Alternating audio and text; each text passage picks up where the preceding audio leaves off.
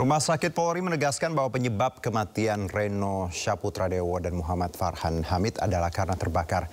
Adapun penyidik menyatakan tidak ditemukannya penyebab lain atau tanda kekerasan karena pada sisa tulang atau organ korban yang masih teridentifikasi.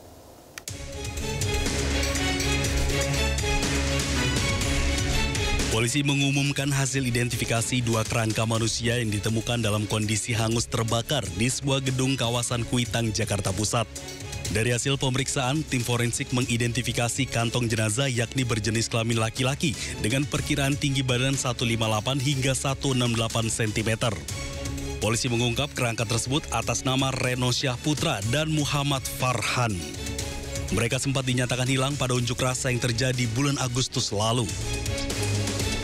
Dan dua, pengambilan sampel DNA dari tulang, dari hasil pemeriksaan DNA dan odontologi forensik bahwa nomor postmortem 0080 cocok dengan antemortem 002 sehingga teridentifikasi sebagai Reno Syaputradewo, anak biologis dari Bapak Muhammad Yasin. B. Kantong jenazah 0081 dilakukan pemeriksaan identifikasi sekunder berupa perhiasan, ditemukan kalung dan kepala ikat pinggang. Setelah itu dilakukan pemeriksaan identifikasi primer berupa hasil pemeriksaan DNA dari tulang, nomor postmortem 0081 cocok dengan antemortem 001 sehingga teridentifikasi sebagai Muhammad Farhan Hamid, anak biologis dari Bapak Hamid. Terima kasih. Identifikasi ini sekaligus mengkonfirmasi bahwa kerangka yang ditemukan adalah kerangka dari dua orang yang sempat dinyatakan hilang pada unjuk rasa bulan Agustus lalu. Dari Jakarta, Henry Aprila, Rizky Solehudin, Sutrisno, iNews melaporkan. Polri menyerahkan jenazah korban hilang Farhan dan Reno kepada pihak keluarga di Rumah Sakit Polri Kramat Jati, Jakarta.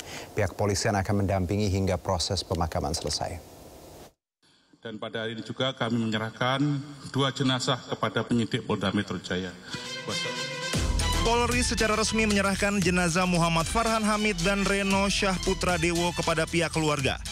Proses penyerahan dilakukan secara berjenjang dari RS Bayangkara Polri Kramat Jati ke Polda Metro Jaya sebelum diserahkan langsung kepada keluarga masing-masing. Kepala Rumah Sakit Bayangkara Polri Kramat Jati, Brigjen Pol Prima Heru Yuli Hartono menyampaikan rasa duka cita mendalam kepada keluarga kedua korban. Hasil identifikasi memastikan kantong jenazah nomor 0080 teridentifikasi sebagai Reno Syaputradewo. Sementara kantong nomor 0081 sebagai Muhammad Farhan Hamid. Pihak kepolisian akan mendampingi hingga proses pemakaman selesai. Iya, untuk penyelidikannya kepolisian maksimal sih menurut saya maksimal sekali. Jadi saya benar-benar berterima kasih atas kinerjanya kepolisian. Cuman kalau dari pihak keluarga kami untuk ditanyakan selanjutnya apakah puas atau bagaimana, kita masih keadaan berduka. Jadi belum tahu nih ya langkah selanjutnya gimana, apalagi yang tadi yang saya bilang. Dan hasil akhirnya ternyata adalah sebuah kerangka, itu cukup menyakitkan. Makanya kalau tadi masih berterima kasih dengan orang-orang yang disebut, kalau saya sangat berterima kasih kepada seluruh keluarga yang tetap bertahan sampai pada hari ini dan juga rekan-rekan yang terus membicarakan berita kehilangan orang ini. Sebelumnya Polri mengonfirmasi hasil tes DNA terhadap dua kerangka manusia yang ditemukan di gedung ACC Kuitang, Jakarta Pusat. Dari hasil identifikasi, keduanya dipastikan merupakan Reno Syaputradewo dan Muhammad Farhan Hamid. Mereka merupakan warga Jakarta Utara yang dilaporkan hilang setelah kerusuhan di akhir Agustus 2025. Tim Liputan iNews melaporkan. Kita beralih ke informasi lainnya, pemirsa. Satreskrim Polres Metro Bekasi mengungkap kasus dugaan tindak pidana penipuan scam online dengan modus mengaku sebagai polisi. Dalam penggerebekan tersebut, polisi mengamankan 27 warga negara asing di wilayah Bandar Lampung, 6 diantaranya wanita.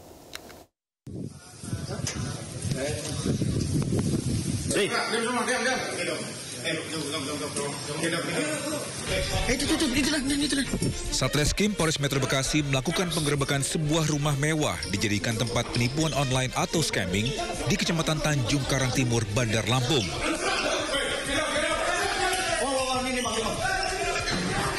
Dalam penggerebekan tersebut, polisi berhasil mengamankan 27 warga negara asal China yang diduga terlibat dalam kegiatan penipuan online atau scamming.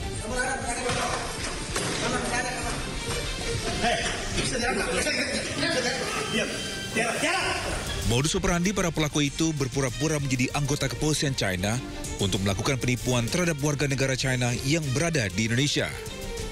Dari hasil investigasi, para pelaku diduga merupakan pekerja yang dikendalikan oleh seseorang berasal dari China Taipei atau Taiwan. Jadi memang modus operandinya mereka menyasar orang yang sudah lansia atau sudah tua supaya tidak bisa secara detail melihat chat-chat yang ada dikirimkan oleh mereka. Jadi ketika salah satu link phishing itu diklik, akhirnya dia bisa nge-generate di handphone korban termasuk untuk memindahkan dana dari bank ke rekening penampung dan para pelaku ini. Untuk saat ini ke 27 warga negara Cina ini kami tempatkan pada ruang detensi imigrasi kantor imigrasi Bekasi. Selanjutnya, ke-27 warga negara China tersebut akan dideportasi keluar dari wilayah Indonesia. Dari Kabupaten Bekasi, Jawa Barat, Didi Junaidi dan Agus Rohim, iNews melaporkan. Kebakaran hebat melanda 2 bangunan bertingkat di Grogol, Petamburan, Jakarta Barat. Belasan unit mobil pemadam dikerahkan ke lokasi.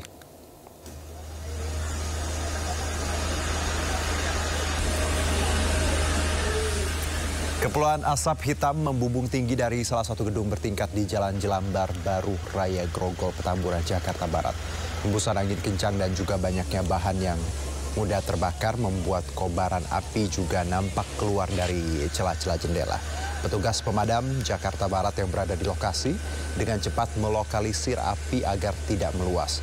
Dari data sementara, sedikitnya 1 bangunan berlantai 3 dan juga rumah indekos terbakar dalam peristiwa ini. Diduga api muncul dari korsleting listrik pada lantai 3 yang merupakan tempat konveksi.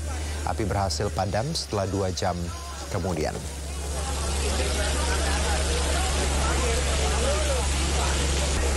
Polisi melakukan gelar olah tempat kejadian perkara di rumah Hakim Pengadilan Negeri Medan, Kamozaru Waruh yang terbakar. Sebelumnya muncul spekulasi bahwa hakim yang rumahnya terbakar ini sedang menangani kasus korupsi jalan di Sumatera Utara.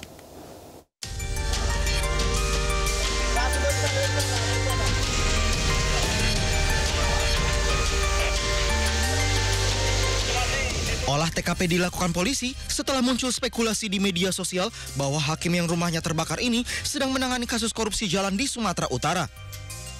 Tim gabungan mengecek ke dalam kamar rumah yang menjadi objek kebakaran. Beberapa barang bukti telah diamankan petugas ke Polsek Sunggal. Sementara itu beberapa saksi juga telah dimintai keterangan. Polisi mengatakan pihaknya akan melakukan crime investigation atau investigasi kriminal dan menunggu hasil pemeriksaan dari tim Lab 4 Polda Sumut. Hari ini kami masih bekerja untuk olah TKP lanjutan. Kemarin sudah dilakukan olah TKP awal, namun demikian sekarang posisinya kita lanjutkan untuk olah TKP lanjutan bersama dengan Inavis dan bersama dengan tim laboratorium forensik. Kita akan melihat sumber apinya dan kita padukan dengan hasil olah TKP dan kita padukan dari hasil keterangan para saksi dan pemilik rumah. Sebelumnya rumah Hakim Kamozaru Waruh diketahui terbakar pada Selasa pagi lalu.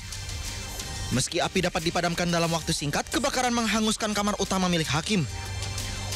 Sementara itu, Mahkamah Agung telah memerintahkan seluruh pengadilan untuk meningkatkan protokol keamanan bagi para hakim menyusul terjadinya insiden kebakaran ini. Dari Medan, Sumatera Utara, Ahmad Ridwan Nasution, iNews melaporkan.